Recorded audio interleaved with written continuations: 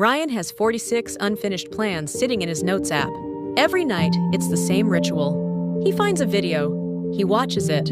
His chest gets warm. He opens a new note, writes down the plan, and goes to bed, feeling like something is finally about to change.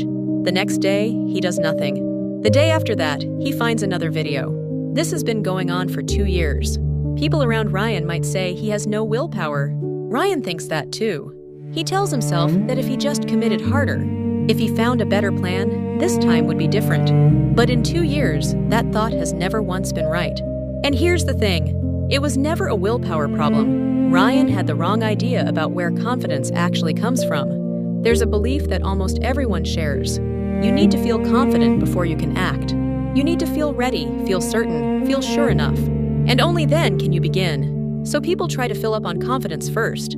They watch motivational videos. They repeat positive affirmations. They build better plans. In practice, words alone rarely change people for long.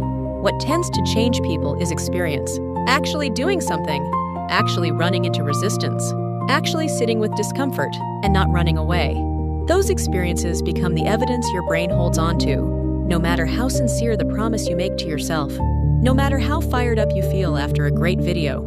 If there's no actual movement behind it, it rarely becomes real confidence. So confidence is not what creates action. Action is what creates confidence. Confidence isn't the key that opens the door. It's what you find on the other side after you've already walked through. Now stay with me, because this isn't just fake it till you make it advice. The thing that matters isn't whether you did it perfectly.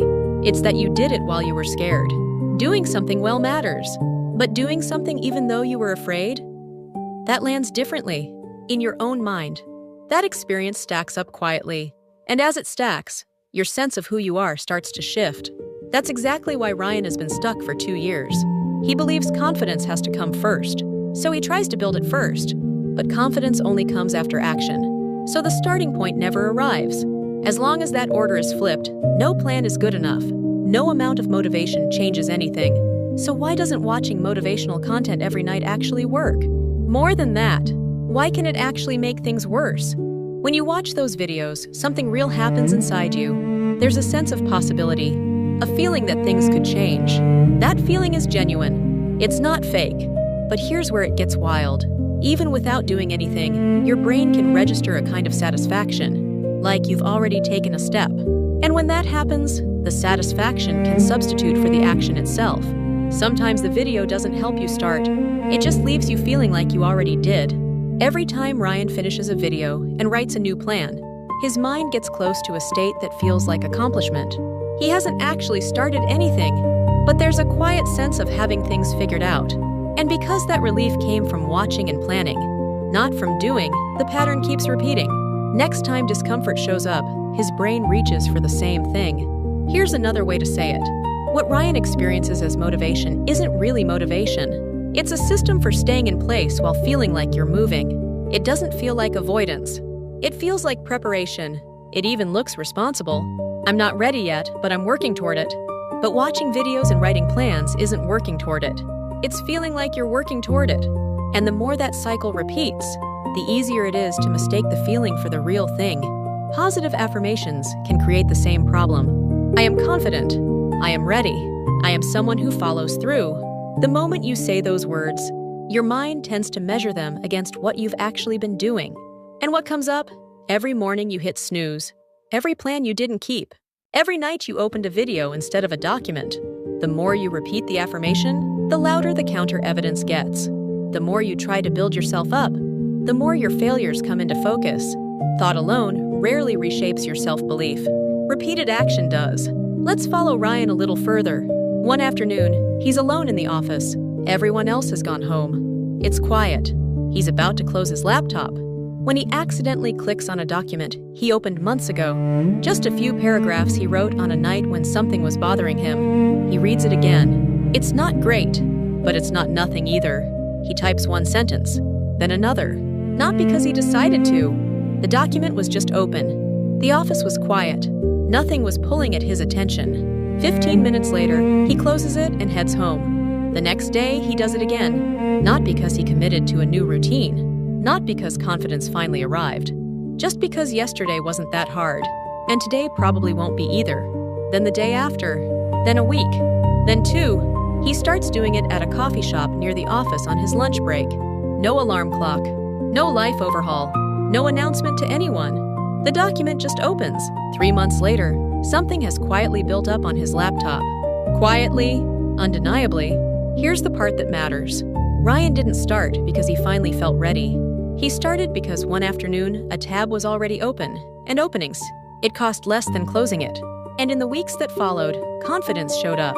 Not as a feeling that arrived before the action, as a fact that accumulated because of it. That's how real confidence tends to work. You don't feel it into existence. You build it. And that kind of confidence shows up most clearly in the people who actually moved. Every time you do the thing you've been avoiding, even messily, even awkwardly, something quiet stays with you. I did it. Nothing catastrophic happened. It was more manageable than I expected. In that moment, it feels like nothing. One time changes nothing. But as those moments stack, something starts to whisper. And once enough of them have stacked, your sense of what you're capable of starts to shift. Not because someone convinced you, not because you talked yourself into it, because it actually happened. And this brings us to the most common misconception about confidence. People imagine confidence as the absence of fear, standing in front of something hard without any nervousness, without any urge to back down. When they see someone who seems confident, they think, that person doesn't feel what I feel. So the goal becomes remove the fear first, then act. But confidence is not the absence of fear. Confidence is what builds up from having moved, even when you were afraid. It's fear losing its veto power over your decisions. That's what confidence actually is. And the most reliable path there is to move a little, even while scared. Most of the time, that slow repetition is what changes things. I want to say one more thing about Ryan's 2 years. That time wasn't completely wasted. But what he was actually practicing, over and over, was stopping. Every time discomfort showed up, instead of opening the document, his hand reached for a new plan. The more that happened, the faster and more automatic it became. At some point, stopping felt like an instinct. Eventually, he was already reaching for a video, before the discomfort even fully arrived. This matters because a lot of people are living inside that same pattern right now. It's not that they can't start. It's that stopping has become too familiar. And that pattern doesn't break through willpower alone. What breaks it is creating a moment where something small can begin before the stopping reflex kicks in. For Ryan, that moment was a tab that happened to already be open. Nothing dramatic, no audience, no preparation, just low friction.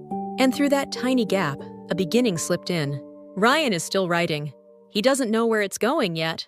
Some days are good, some aren't. His 5:30 alarm still gets turned off most mornings. Plans still get made, and most still don't hold.